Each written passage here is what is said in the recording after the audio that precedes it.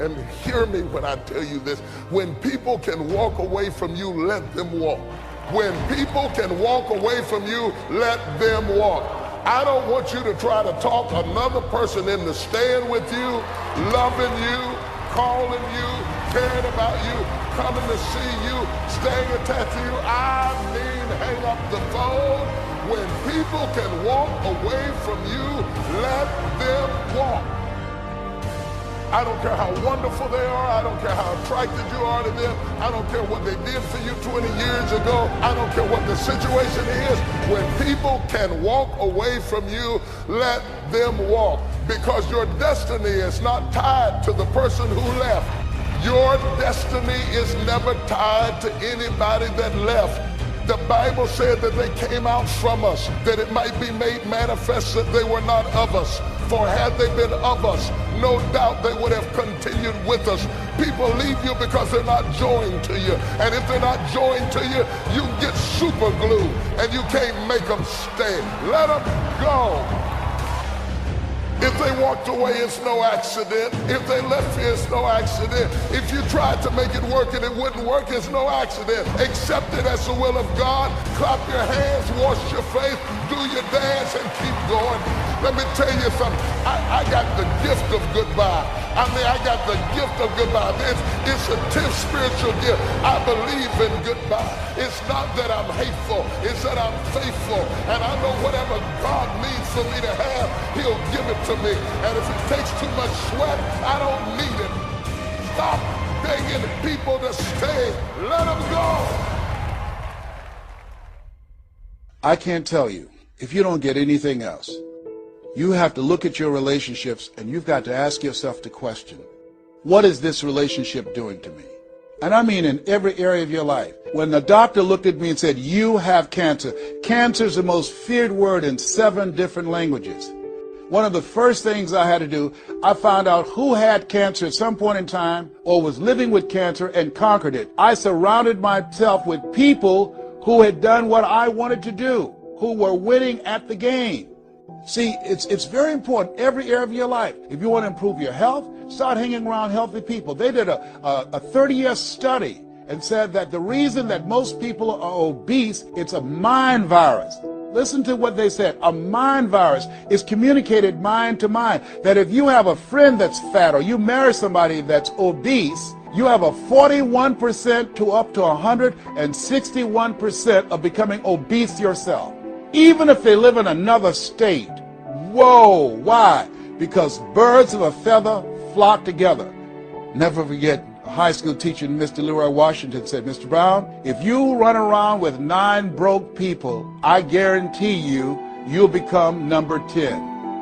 Whoa, think about that. Part of your mindset development, not only listening, not only reading, but you have got to look at your relationships, upgrade your relationships, and continue to evaluate them and make sure they're an asset to you and not a liability. My son John Leslie is a motivational speaker. He has a saying, who should you count on and who should you count out? See, there's some relationships that can start out real positive, and then sometimes we outgrow people. Have you ever outgrown someone? Somebody you used to be close to, used to be your bosom buddy, and then you haven't been together for a time, and then when you get together, you have absolutely nothing in common. Sometimes it happens with family members. My twin brother, it's a strained conversation because he's talking about, Les, did you hear who died? No, I don't get up reading the obituary column. I'm glad my name is not there. Hello, I don't care. I'm focusing on living. Our conversations are so different. Isn't it interesting how you could be raised in the same family, same circumstances, by the same parents and end up dramatically different? It's called life. Never underestimate the power of influence. What an important statement. The influence of those around us is so powerful. Many times we don't even realize we're being strongly influenced because it generally develops over an extended period of time. If you're around people who spend all they make, chances are excellent that you'll spend all you make. If you're around people who go to more ball games than concerts, chances are excellent that you'll do the same. If you're around people who don't read many books, chances are excellent You won't read many books. People around us can keep nudging us off course, a little at a time, until finally, 10 years from now, we find ourselves asking, how did I get here? Those subtle influences need to be studied carefully if we really want our lives to turn out the way we've planned. Of course, you must be the judge. You must determine whether the situation and the people call for disassociation or limited association. But remember, if it isn't taking you where you want to be 5 years from now, 10 years from now is the time to fix it. Spending more time with the right people. People of substance and culture. People who understand philosophy and discipline. People of accomplishment and character. Many years ago, Mr. Shoaff said to me, Mr. Rohn, if you truly wish to be successful, you've got to get around the right people. Keep asking the question, who can I get around? Who could I spend some time with who would have a positive influence on my life? Don't pick up your plan, especially your financial plan, from unsuccessful people. This is called association on purpose, getting around the right people by expanding your circle of influence. God uses people to help move us toward our destiny. But here's the key. You can't become so dependent on people that you're getting your worth and value out of how they treat you. It's easy to become addicted to compliments, addicted to encouragement, addicted to them cheering you on. Now you rely on them to keep you feeling good about yourself, to always be there to validate you, to make you feel approved.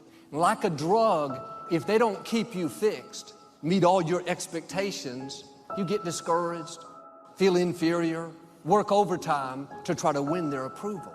And if you rely on people, you'll be disappointed. People will let you down.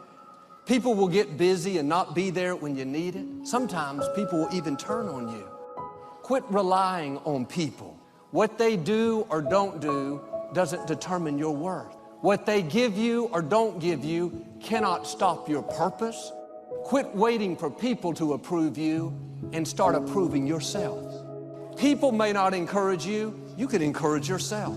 People may not make you feel special, you can make yourself feel special. I know I'm crowned with favor. I'm one of a kind, I'm a masterpiece. You'll have better relationships if you'll start validating yourself. If you're always depending on somebody else, you'll become needy, a burden, waiting for other people to keep you fixed.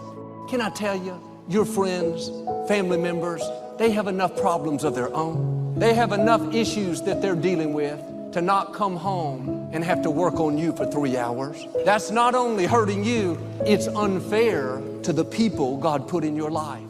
They're not responsible for your happiness. They're not responsible to keep you cheered up.